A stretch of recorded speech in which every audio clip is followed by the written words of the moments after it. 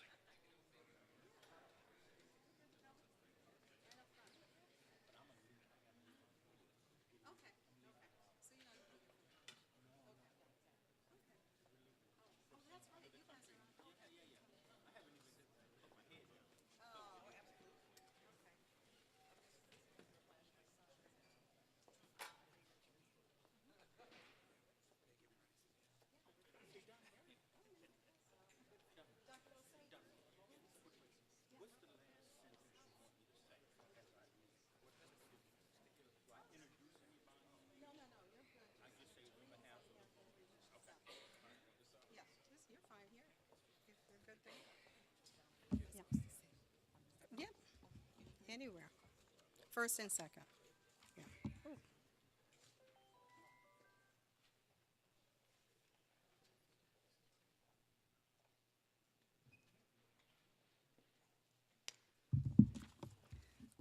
Good morning. Yeah. Yeah, anywhere. Good morning and welcome to our kickoff event celebrating the launching of Morgan's new rocketry program made possible by Base 11 and Sigma Pi Phi. I'm Donna Howard, Interim VP for Institutional Advancement. I'm pleased to welcome our podium guest this morning. Our first speaker is Regent Tyrone Taborn.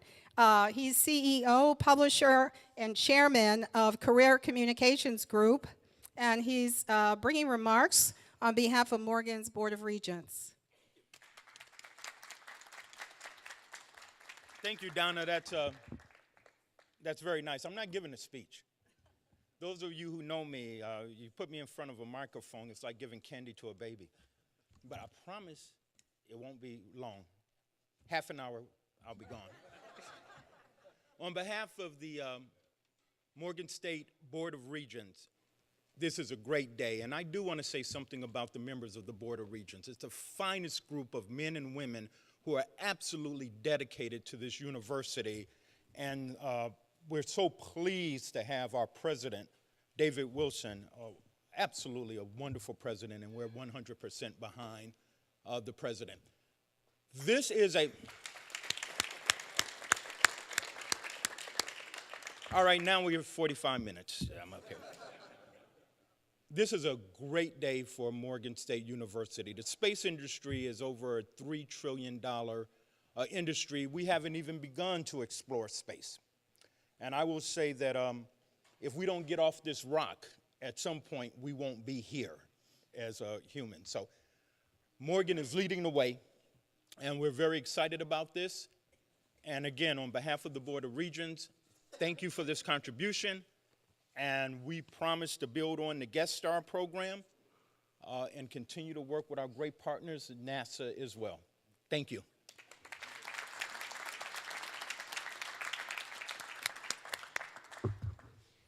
Our next speaker is Dr. David Wilson, Morgan's 10th president. Since arriving in 2010, Dr. Wilson has been deeply engaged with faculty, staff, and students to advance Morgan as one of the top urban research universities in the country. Please join me in welcoming Dr. Wilson. Thank you very much, Ms. Howard. Good morning to all of you. I would like to take this opportunity to welcome you to this ceremony this morning. You know, this is not a good morning. It is a great morning, despite the weather that we're having outside. That will not stop Morgan State University from moving forward. I do want to take this opportunity to welcome Landon Taylor, who is the CEO and chairman of Base 11, here to my left. I also want to welcome Dean Marsh, our Managing Director of North American Dassault Systems. Leland Melvin, who is our astronaut here, in case you haven't noticed, with this great suit that he has on here. And then Ingrid Ellerby, who is the Executive Director of Base 11. We welcome all of you in this great partnership with Morgan State University. You know, we are so pleased and privileged to partner with Sigma Phi Phi and Base 11 in helping to develop the next generation of aerospace talent here at Morgan State University. Winning this competition to develop an experiential liquid fuel rocketry lab is a game changer for Morgan State University. And, you know, while we have always had the bandwidth and the level of expertise here at Morgan to build a program around the creation of a rocketry lab to prepare students for the commercial space industry, we had no formal aerospace engineering program. But let me say here today that that is in our future. We see this award and the building of the lab and the launching of the rocket that will go 150,000 feet or higher to be the bridge to our developing here at Morgan one of the best aerospace studies programs in the nation. And so we thank you for investing in us so early in our visioning process. We see the development of this lab as transdisciplinary, bringing together several departments in the Clarence M. Mitchell School of Engineering with the Department of Physics and School of Computer, Mathematical, and Natural Sciences, as well as other departments across Morgan. We have a number of resources here at Morgan that we think are absolutely instrumental in developing a rocket, as I said, that will launch 150,000 feet or higher.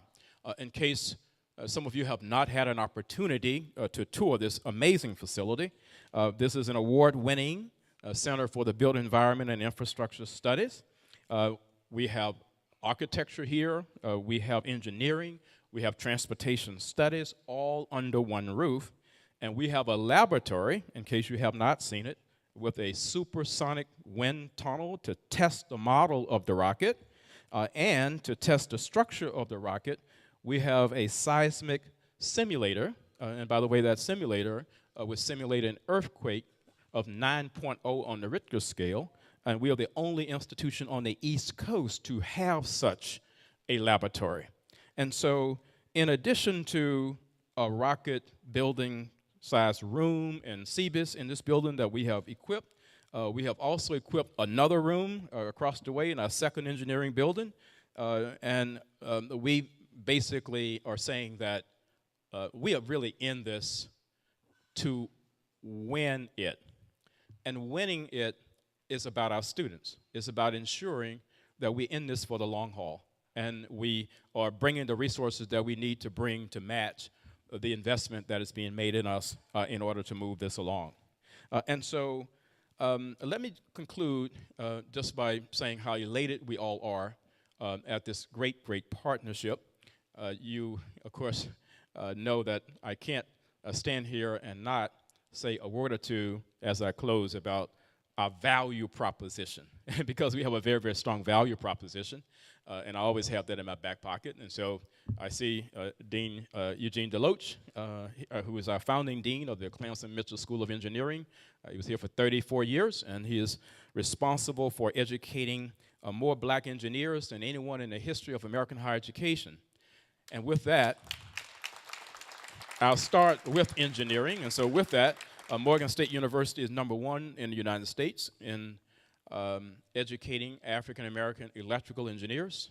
We're #1 in civil engineering, and we're #1 in industrial engineering. And we're #5 in the United States in educating black engineers in all fields. When you look at other STEM programs, we also are equally impressive if you plug in whichever field, if it's physics or chemistry or math. We are also producing talent for this nation in those fields. We are graduating, this nation is graduating about 11 to 14, for example, PhDs in math each year across all of the 400 higher education institutions. Of that number, typically about 2 or 3 receive their undergraduate degree here at Morgan State University. And so we are a pipeline for this PhD talent.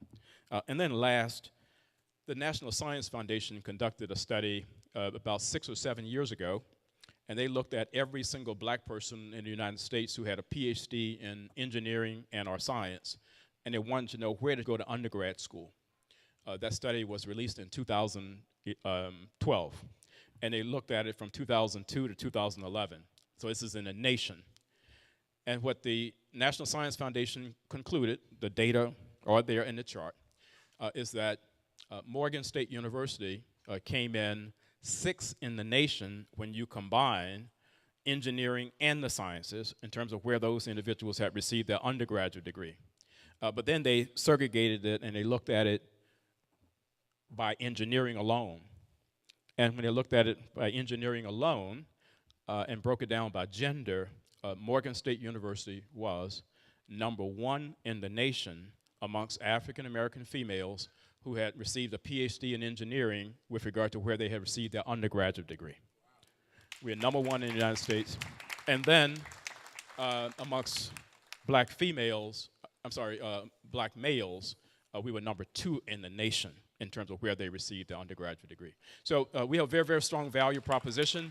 I think I'm getting my 1-minute card here saying, Mr. President, even though you're president of Morgan, you need to understand that we have a corporate-style program this morning, and we need to get our program moving. I clearly understand that. Welcome to Morgan State University. We are really excited about the partnership with Base 11.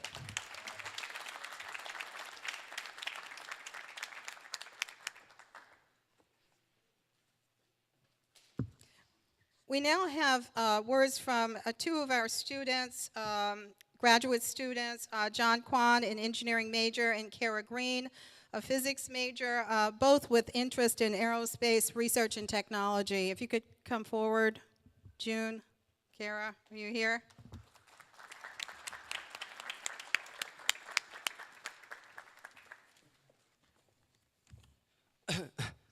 Hello, everyone. My name is Xue Junqian, doctoral student at in the Industrial and Systems Engineering Department at Morgan State University.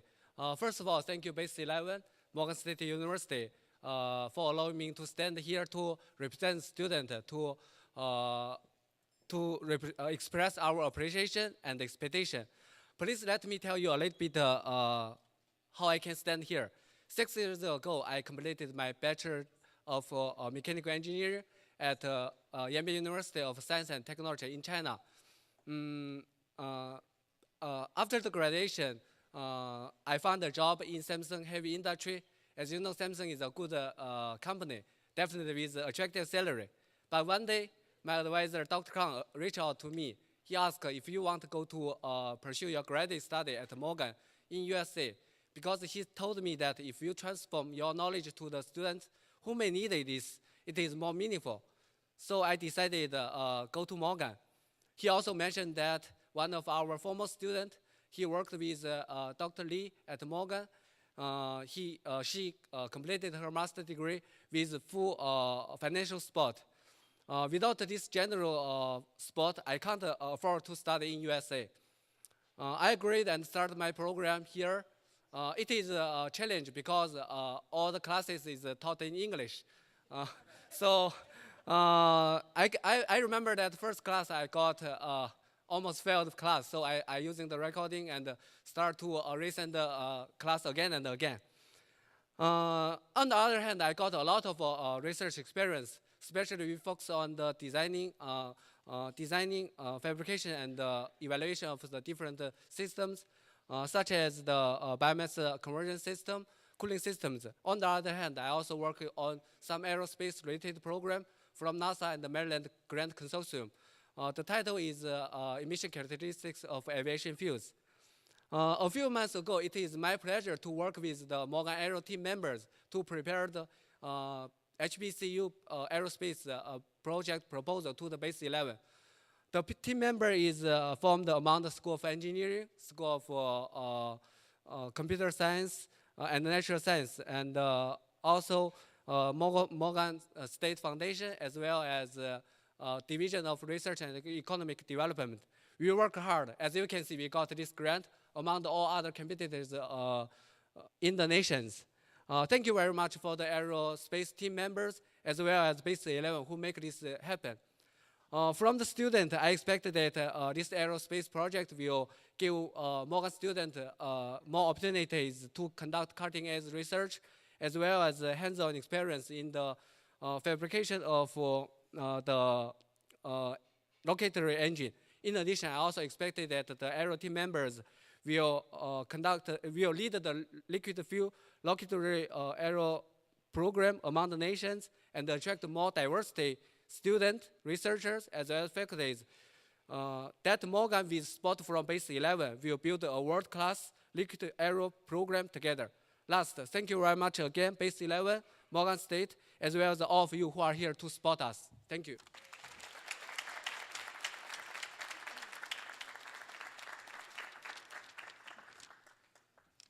Good morning, everyone. My name is Kara Green, and I'm a graduate student here at Morgan State University. I received my bachelor's degree here as well, studying physics in fall of 2018. I also work in one of the physics labs here at Morgan State under the advisement of Dr. Ozturk.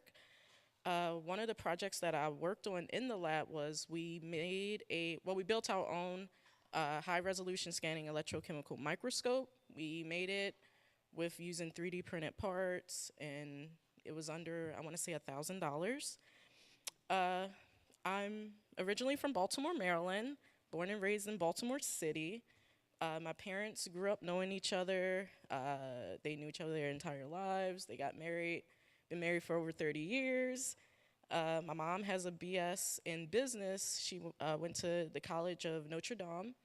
Both of my parents worked in Baltimore City. I have a brother that graduated from here at Morgan in 2006. He has his BS in physics. He now works at Brookhaven National Lab up in Long Island, New York. And so for me, growing up, I wasn't really into math, but I was more into like video games, sports, and computers. I went to a technology-based high school, Digital Harbor High, studied computer programming for 4 years. I joined the softball team, played first base. And after high school, I thought I was going to continue with my programming, but that did not work out. I took some time off from school, did traveling, visited my brother a couple times up in New York, visited the lab up in Brookhaven National Lab, realized I think, I wanted to do physics. So my brother introduced me to physics. He's definitely been an inspiration in my studies in physics. And he really got me fascinated with the idea of doing research in the department. And now by me studying physics, I realized that I feel more comfortable with the subject. I like working in the lab, and now I know what I want to do with my life. I want to be a scientific researcher. So now that I'm involved with this rocketry project, I want to say thank you, and I want to thank Dr. Rockwork personally, because he gave me that phone call and was like, hey, do you want to be part of this group? And I was like, sure, why not? And I also want to thank Dr. May and Dr. Damoa for welcoming me, and I'm excited about this new experience. Thank you.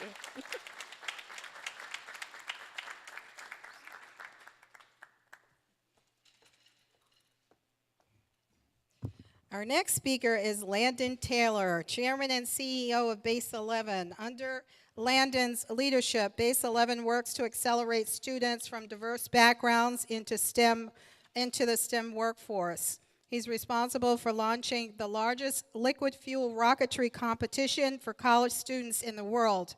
The Base 11 Challenge has a network of over 30 participating universities across the U.S. and Canada. Please join me in welcoming Landon.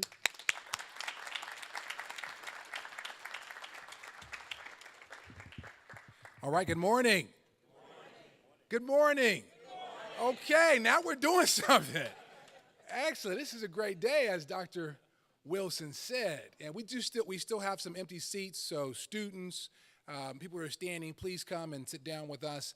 Listen, I am so excited to be here, and I first want us to start quickly by congratulating Dr. David Wilson and the entire Morgan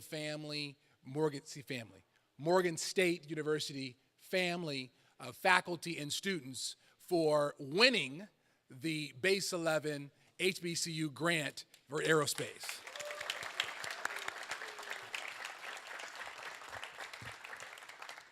Now, you have to understand, it was highly competitive. We pushed the invitation out to 18 selected HBCUs around the country. It was invitation only. And Dr. Wilson said, he didn't know that. 18 across the country, they were hand-selected. We partnered with Sigma Pi Phi fraternity, the Boulay, to personally, Antoine Garibaldi reached out and called every single president that we invited to make them aware and to have them bring their A game. You have to understand, 8 universities submitted high-quality proposals. We got down to 4 finalists: Tuskegee University, North Carolina A&T, Fisk, and your very own Morgan State. And I will tell you that it was because of the precision in the way that that proposal was prepared, the passion of all of the individuals on the staff that worked on it, the facility that I'm looking forward to see today, that it shocked me. I was thinking of some of the other big names that I thought would win. Ingrid Ellerby and Tia Tucker, who I need to acknowledge. Ingrid Ellerby, the executive director for Base 11, Tia Tucker, our senior program manager. Please stand. They ran this RFP process. And it was a grueling process. They called me after their tour and they said, "You're not going to believe it." I said, "We think Morgan State." I was like, "What?" They were like, "We think Morgan State." So it's super exciting. Now, Dr. Wilson, we've got a slight problem. You kept saying that we're going to make sure that we endeavor to get our rocket to 150,000 feet. Well, at Base 11, once you get to know about us, I will tell you that we always want to take things to the next level. And so 150,000 feet is not going to be enough, because here's the deal. We're now excited that you won this challenge. Morgan State is now entering, so we're excited about this, into the Base 11 $1 million Space Challenge. They're the first university team to design, build, and launch a liquid fuel rocket that makes it to the Kármán line will win $1 million. And so now, that's right, round of applause for that. And I will tell you, we're super excited that Morgan State now will be able to enter. Now that you got some cash over here, we'll take care of that at the end. Now that we got some cash, Morgan State will partner with one of the existing 32 teams, partner up with them, and then come from behind to be able to win. Let me tell you why that's so substantial. You heard the chancellor, the representative from the chancellor's office, Tyrone, state that space is recognized as the next frontier, projected to be over $2.7 trillion within the next 30 years. And what I'm concerned about is we want to make sure that the same thing, that what happened in the last frontier, which was the tech frontier in Silicon Valley, there weren't many women and many African Americans or people of color who took advantage, who got the opportunity to take advantage of that frontier. We want to make sure that with this next frontier, individuals from all communities will be able to participate. So that's why we're excited. And to give you just a little inspiration, I'm going to share with you the 90-second kickoff video that we played when we kicked this off in June to excited participants who jumped in. Take a look. Welcome to Base 11's $1 million Space Challenge. We're looking for the first university rocketry team who can build and launch a liquid fuel rocket that can reach an altitude of 100 kilometers, the edge of space.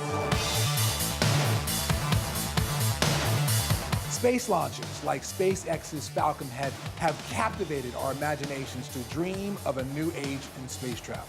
The opportunities are endless, but there's a huge problem. Several aerospace companies have told us that as much as 50% of their engineers will be eligible for retirement in the next 10 years. But graduates often have to spend their first 5 to 7 years getting their real-world training on the job before they can start adding value. The current model is just not working. That's why we've launched the Base 11 Space Challenge, to empower hundreds of participating students nationally with the mindset and skills that are most in demand by employers of the 21st century, and to establish a strategic talent pipeline model, enabling industry, academia, philanthropy, and government to break down the silos and start working together to develop the talent we all need to succeed. So what can you do to help open up space as a new frontier for mankind? Are you a university faculty, administrator, or student? Or a leader in aerospace, tech, or philanthropy? Join us as a member of the Space Challenge.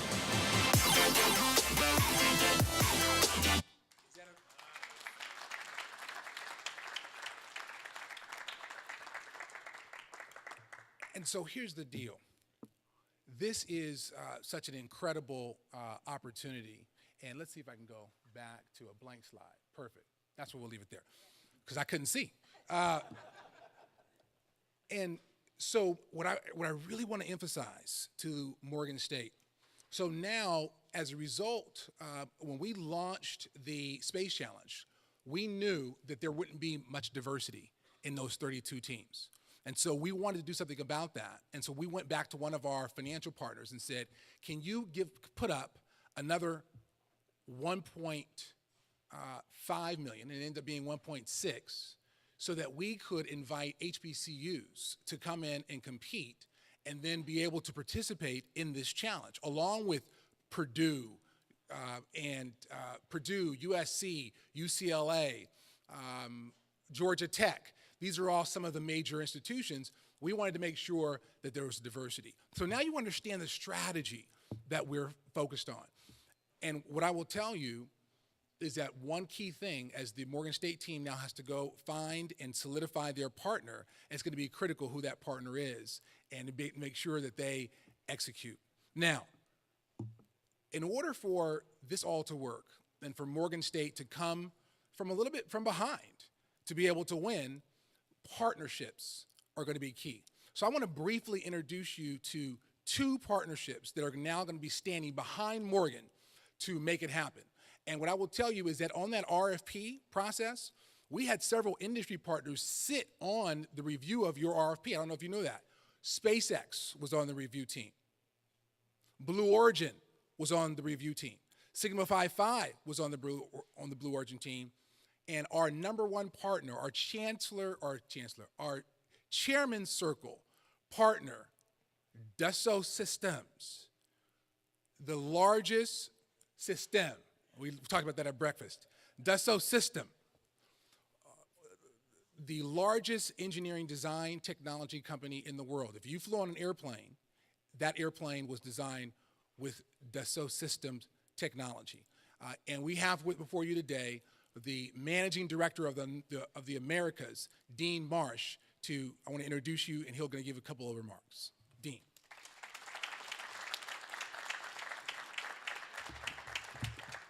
Thank you, Landon. It's really hard to follow that. I don't think I've ever met a more dynamic and energetic person. And so to bring all of this to fruition, it takes leadership like that to make it happen. And Dr. Wilson, congratulations, the Board of Regents, Morgan State University, the faculty, the staff, and most importantly, the students. Congratulations on winning the HBCU challenge. Now, I can't tell you what an honor it is to be standing here and looking out at the next generation of rocket scientists and rocket engineers. You know, Dassault System, as Landon mentioned, is the world's leading supplier of engineering design software. You think planes, trains, and automobiles, just about every commercial aircraft flying, military aircraft, 90% of the cars on the road today are designed using Dassault System software. And now, with you here at Morgan State and with the Base 11 Space Challenge, we are taking that into space. So, designing a rocket or any vehicle is about more than the equations and the mathematics. It's about teamwork. It's about collaboration. It's about collaboration between students, between departments, institutions, and industry. And that's why Dassault System, being a Chairman Circle sponsor, is providing the 3D Experience platform, which is the #1 engineering, design, and collaboration software to enable that level of collaboration. You know, the engineering, the math, the science, and that teamwork and collaboration and hands-on experience, as you saw in the video, is what employers are looking for today. They're looking for the ready-made skills and the employment. And so therefore, we are equipping you, the students of Morgan State University, with the best-in-class tools that will enable you to develop the engineering skills that are in high demand by many large employers in the aerospace, high-tech, and transportation industries. Global leaders like Boeing and Airbus and SpaceX and Virgin Galactic. So, as part of this program, you will all be trained on the 3D Experience platform and these first-class engineering, design, and collaboration tools. But finally, for me, you know, this is personal. I cannot tell you how inspired and heartwarmed I am to look out at this crowd and see the next generation, the workforce of the future, filled with people who look like me. That is incredible. So, congratulations, Morgan State University. Best of luck, because I don't expect you to just participate in the Base 11 Space Challenge. I expect you to, as Landon has pointed out, I expect you guys to win. So, thank you and congratulations. And I mentioned to you, it's all about partnerships, and I mentioned that review panel. I need to acknowledge, I call him my brother from another mother, part of Dean's executive leadership team. He's the SVP of Global Affairs, also president of Dassault System U.S. Foundation. He was on the review team, so make sure that you thank him. We recognize Al Bunshaft. Al, if you can stand and just raise your hand. Yeah, Al Bunshaft.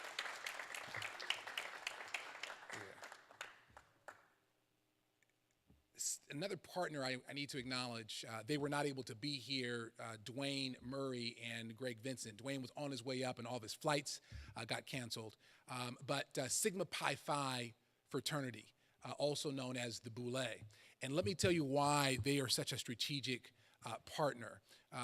Sigma Pi Phi is the oldest African-American fraternity in the country, older than any of the other fraternities. It's a graduate level fraternity. And it represents over 5,000 members across the US, London, and the Bahamas. And all of these members are keenly interested in empowering African-American students such as you to maximize your overall success. Now, to give you a sense of some of the historic members of Sigma Pi Phi include Dr. Martin Luther King, W.E.B. Du Bois. Some of the current members include Ken Chenault, Eric Holder, and I need to tell you, one of the all-star members, I don't know if you know this, but it is Dr. Wilson.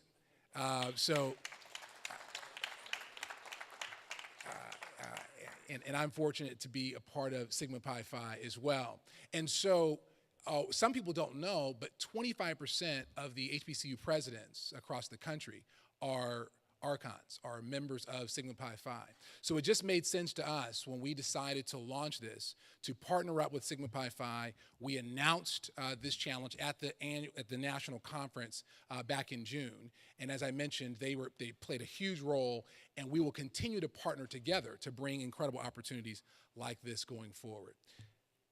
One more item, resources. So the other thing that I think is going to be necessary for Morgan State to be able to win is bringing additional resources. So we've been talking to NSF, the National Science Foundation, about the notion of bringing forward funding that's going to be available to the team.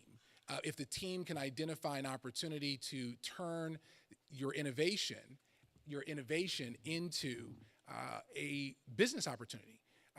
NSF has NSF SBIR STTR program up to $1.5 million in funding students and faculty to turn your ideas while you're working on that rocket into a business. So we've got the NSF office focused on this, and we'll bring that. The final thing is inspiration. We got to show you a role model, and that's why we selected Leland Melvin, NASA astronaut, as our national spokesperson. And so you're going to hear from him in just a moment, and you'll see why we chose him. So congratulations, we're excited, and we look forward to being on this journey together and helping to build the next frontier leaders from the classroom to the boardroom.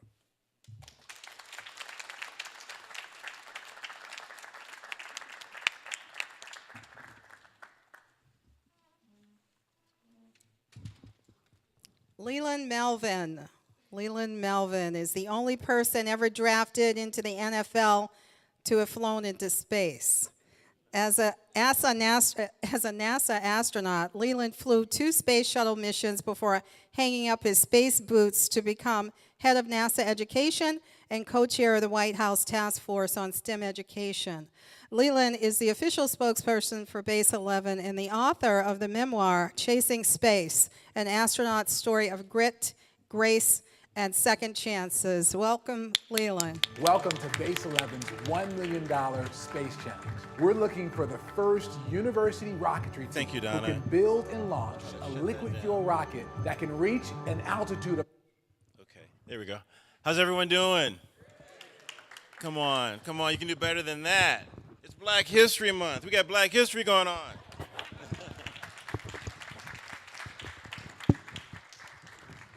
Thank you. I am so inspired to be here. Dr. Wilson, you said it's a great day. Landon, you said it's a greater day. It's an exemplary, wonderful day, right? And I think about, everyone's looking for those people that have the right stuff. There are corporate sponsors in here. There's Base 11. There's your advisors, your faculty members. They want to know, do you have the right stuff to get the job done? And I've always thought that, when I looked at becoming an NASA astronaut, they wanted to know what my right stuff was. But the right stuff is truly the never give up stuff, because we've all go through problems and situations where we have to get through something. And when you don't give up and you believe in yourself and you stay determined and with perseverance, with funding for infrastructure from Base 11, from Dassault System, all of these partners in this community are what helps build us and allows us to rise, to do these great, incredible things. And I think about not knocking down the check, because you got to get this check, Dr. Wilson, for $1.6 million, right?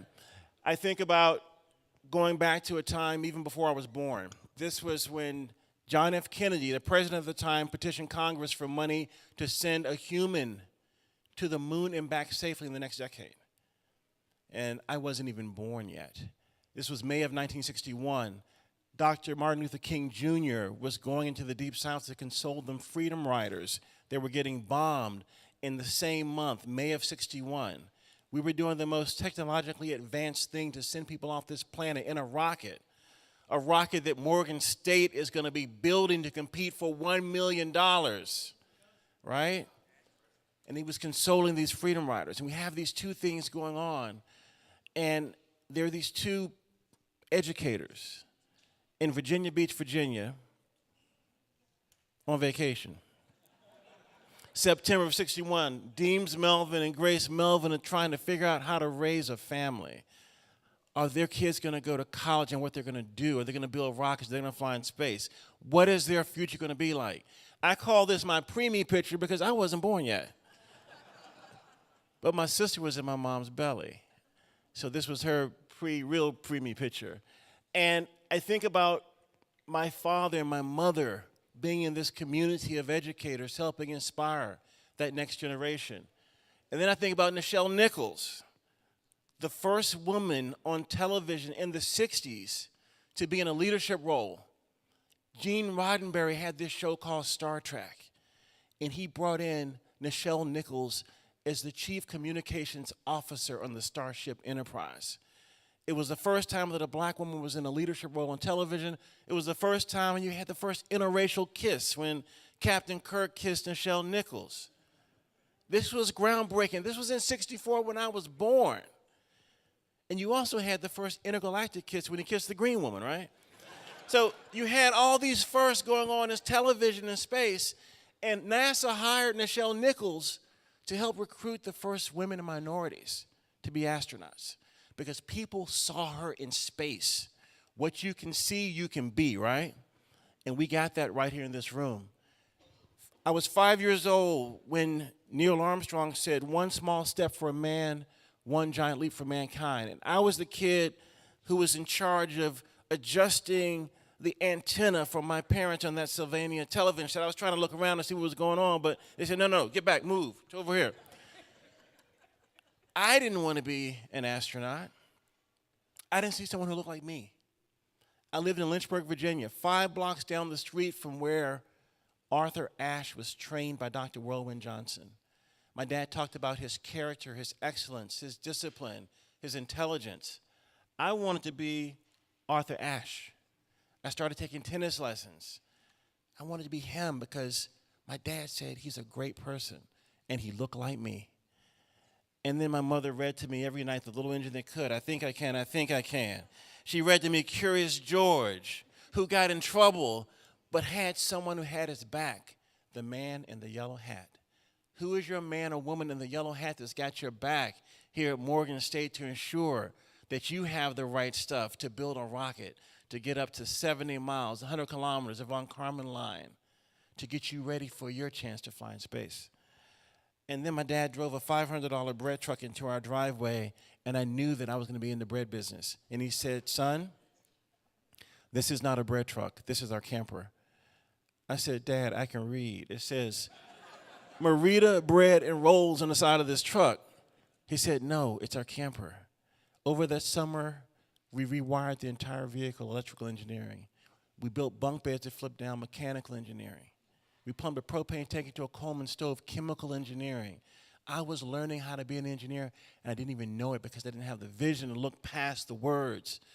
Landon Taylor has the vision with this $1 million competition to bring on that next generation of explorers that look like me.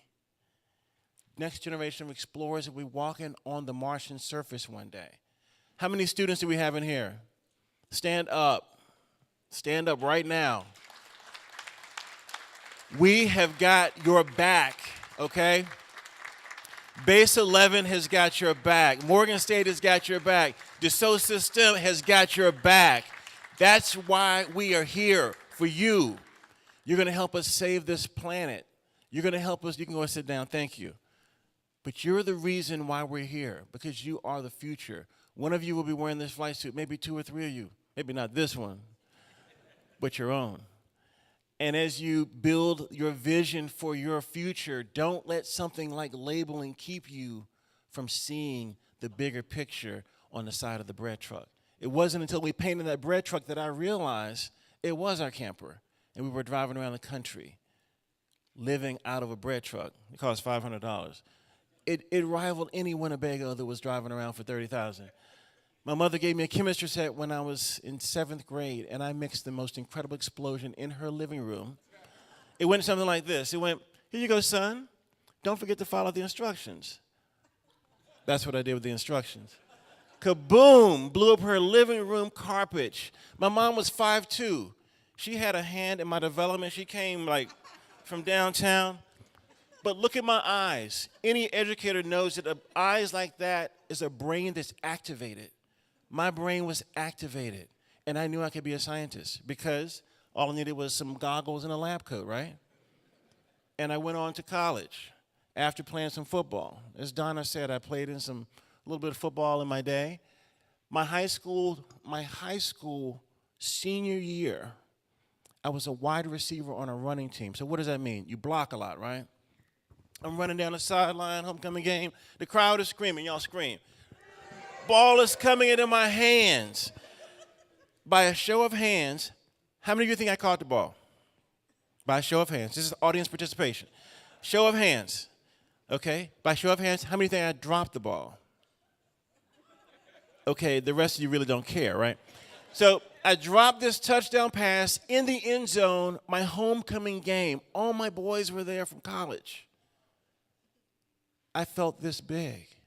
I went to the sideline. My coach grabbed me by the face mask, looked me in the eyes, and he said, Leland, I believe in you. Go back out there and catch the ball. But, coach, I'm embarrassed. He said, catch the ball. I went back out. We ran the same play. I caught the ball in the end zone. I'm doing a little dance like this. And the college scout from the University of Richmond who walked out of the stadium heard the crowd screaming the second time, walked back in, and saw me doing a dance in the end zone. And he said to himself, this guy failed in such a horrific way. Maybe he can play for us. That one catch resulted in a $180,000 scholarship to the University of Richmond because I didn't give up and because someone believed in me like Dr. Wilson believes in you. So this Base 11 challenge is about believing in you. And when things happen, which they will, things will fail, things will blow up. But it's not to give up. It's to keep moving forward.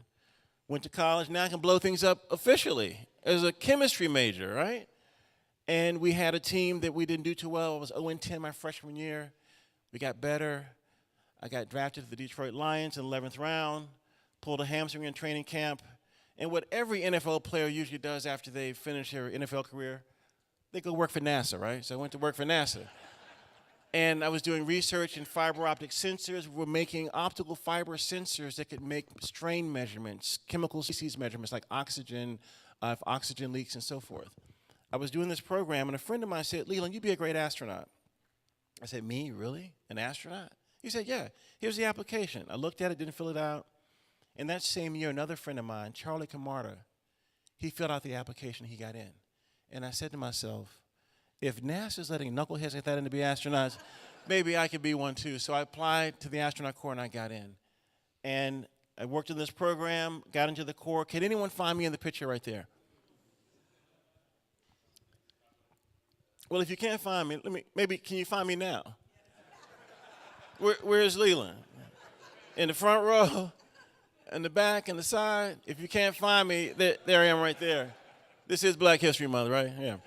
So one of 31 astronauts from around the world chosen out of 2,500 people that applied to become astronauts that year.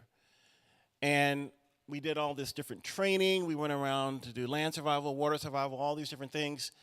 Zero-G airplane, Zero-G Corporation, you have floating in an airplane for 25 seconds. Did all these things and then went to Russia, lived in Russia for 2 years working with the first crew to go to the International Space Station. Bill Shepard, Yuri Gudzinko, and Sergei Krikalev. I had to learn Russian. I'm working over there.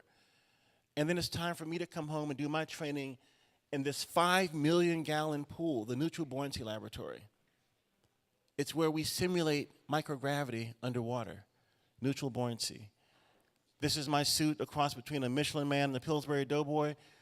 There's a little plastic $2 styrofoam block in the suit that you use to clear your ears if you're the kind of person that needs to squeeze. They forgot to put mine in. I go down in the water column about 20 feet. I tell the test director to turn the volume up in the headset. They take me out of the water because I can't hear anything. They tuck my helmet off, and the flight surgeon walks over to me, touches my right ear, and there's blood streaming out of the side of my face. I am completely deaf. And the doctors operate on me. They look around. They can't find anything. This is their faces when I wake up. So I know something is really wrong. It takes about 3 weeks for my hearing to come back. I'm still hearing impaired in this year. And they told me I would never fly in space. As I'm laying in the hospital bed, the NASA administrator, Daniel Golden, comes to visit me. He writes me these notes. He's there to support me. He's my man in the yellow hat. And he was in charge of the space shuttle, in charge of the Hubble Space Telescope. When it was first deployed, it was myopic. It had faulty vision because the mirror was ground incorrectly. He assembled a team of people to fix the problem with astronauts walking in space. And he told me, he said, we fixed the Hubble Space Telescope, we're going to fix you, Leland, get you flying in space. And he told me that this picture was the first picture taken by the Hubble. It's 7,000 light years from Earth. It's 1 light year in length. It's a nursery where stars are actually born. And he gave me my own copy of it, and he said, I will never give up on you. That kept me going. That got me through, even though the flight surgeon said, you will never fly in space still. And I worked in education. And in 2003, I went to console the parents of David Brown, who was the gentleman in the top left corner from the space shuttle Columbia when we had that accident. We lost the Columbia. And my job was to console the families. And we're flying to the different memorial services around the country. And the chief of all the flight surgeons is watching me clear my ears as we take off and land. And when I'm ready to go back to Houston to figure out what I'm going to do as a non-flying astronaut, he calls me in his office and he says, Leland, I believe in you. And he signs me a waiver to fly in space.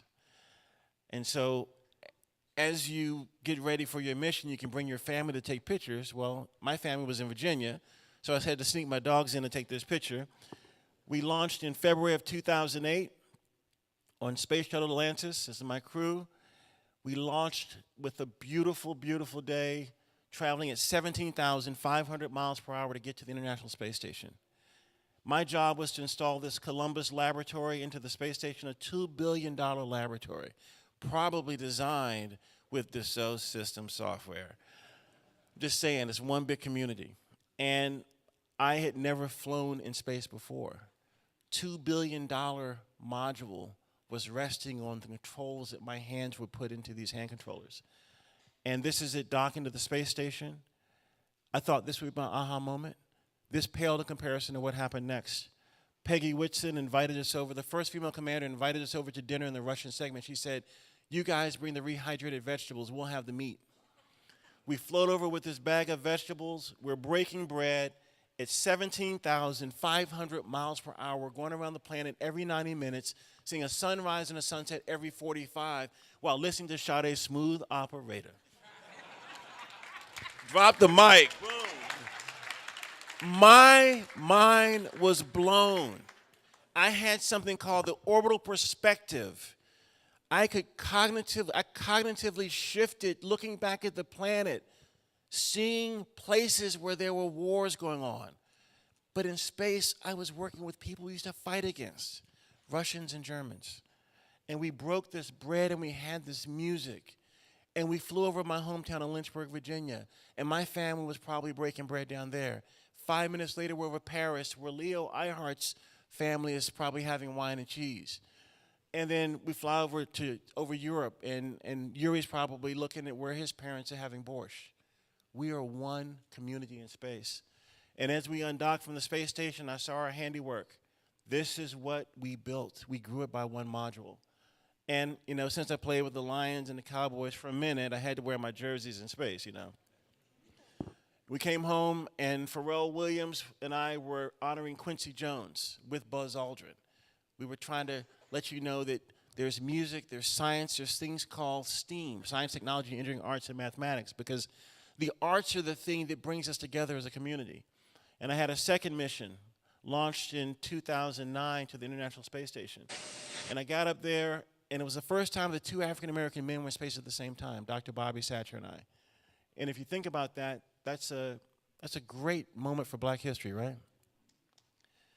When we were in space, Tom Joyner interviewed us. And Sybil, she looked at our picture, she said, wait a minute, they go Afronauts. So we got the name Afronauts when we were in space. And I think about the future of playing football in space. There'll be things that we all do maybe on the Martian surface, new types of games and things. But it starts right here with this challenge, the Base 11 challenge. Looking out at the planet, you see the Middle East, you see the Red Sea, the Nile. There's no wars there, that's just beauty. You see the thin blue line that keeps us alive, that's our atmosphere. The Andes Mountains, Chile, Peru, all these places. This is Cairo, Egypt. These are all pictures I took from space. And this is kind of where we are right now. This is DC, the National Monument. And you see my hometown of Lynchburg. There's Morgan State right over, you see right over there where those lights are? Can you see it, Dr. Wilson? I see it. It's a shining light, right? So as we go through this process, I worked in education, as Donna said, and I was there to inspire and motivate. And I think about our former commander-in-chief who was there to motivate and inspire. And I think about people like Mae Jameson and the first all-female flight crew. And I think about Katherine Johnson, who was the woman in Hidden Figures who saved the day to get John Glenn to space. I think about that. When I talked to her and I gave her my book, she said, Leland, at 99 years old, she says, when are we going to Mars? She was already thinking about the future. So the students in this room are the future. You are the next generation, and you have to make sure that we prepare you the right way for jobs we can't yet imagine. We have to make sure that you can meet the level of rigor. And we also have to make sure you have learning experiences that spark passion. That's the job of this university. That's the job of Dassault. That's the job of Base 11, to make sure that you have all the infrastructure and all these things you need to live a passion-filled life that lets you know that you can do or be anything you put your mind to. This is a program that Landon just talked about. I want to see Morgan State flags in there. We're going to change the picture and put some Morgan in there. And then remember, it's a $1 million university challenge. Before I was born, Nichelle Nichols, as Lieutenant Uhura, was trying to inspire people that look like her to think about space. She's still doing it to this day. Godspeed on your journey. Congratulations, Morgan State University, Base 11, Dassault. And I appreciate you for what you do. Godspeed.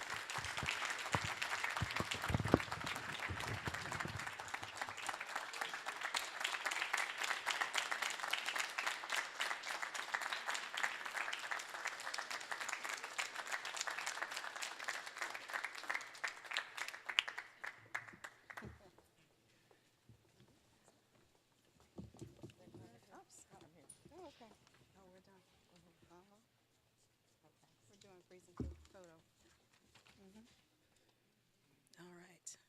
Can move that a little bit. Yep. Yeah. We are going to do a big check photo now, and it's really going to be a big check photo because we want all of the partners. So all of the partners on the front rows, Barbara Armstrong, Dr. May, Dr. Wilson, Leland, if everybody could come forward so we can get a picture with the big check.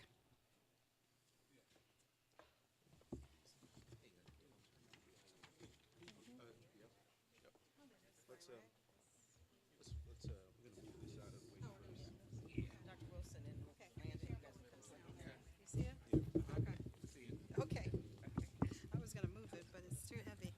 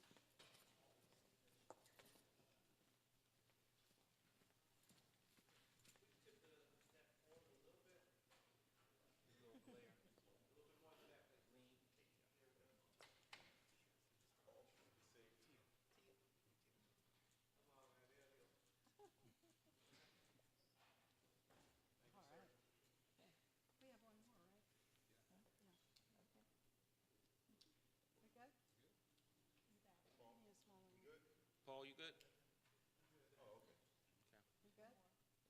One more? Yeah. Okay, so we're going to have Leland, Landon, Dr. Wilson, and Ingrid, Jackie Lawson, and Donna. okay. We come out. Here you go. Go ahead. There she goes. Yes. Come on. We need a woman on that side. That's right. Even it out. I get my picture.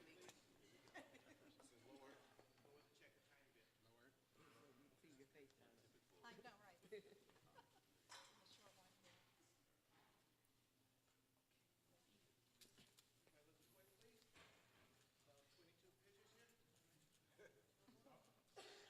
I know, right.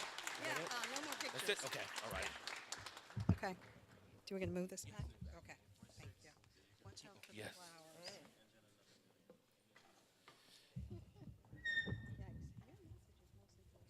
Yeah, yeah.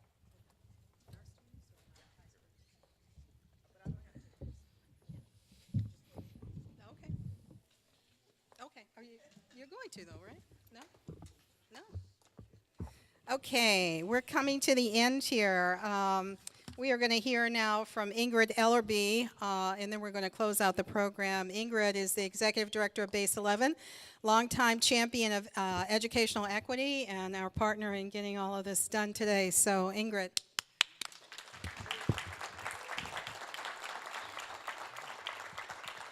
Thank you. I hope everybody enjoyed today as much as I did. I want to thank Morgan State.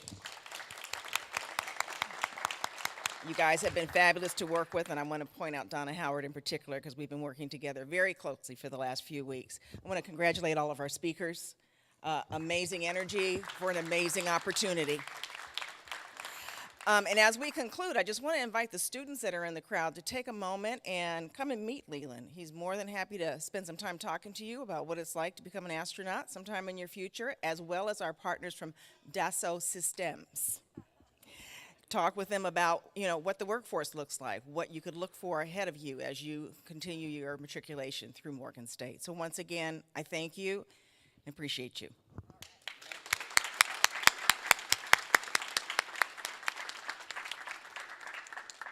This concludes our program. Thanks everybody for coming. Advisory board meeting in room 102, engineering.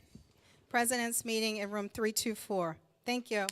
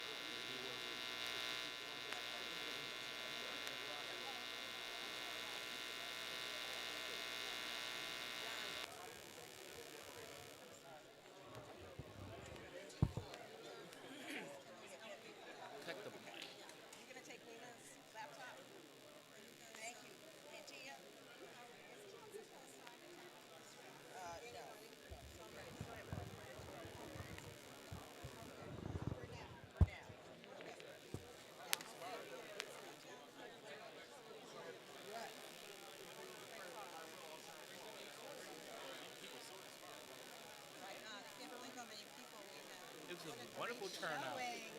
Beautiful. Inspiring, just, yes. It was so good. I know, right? Oh my gosh. Awesome.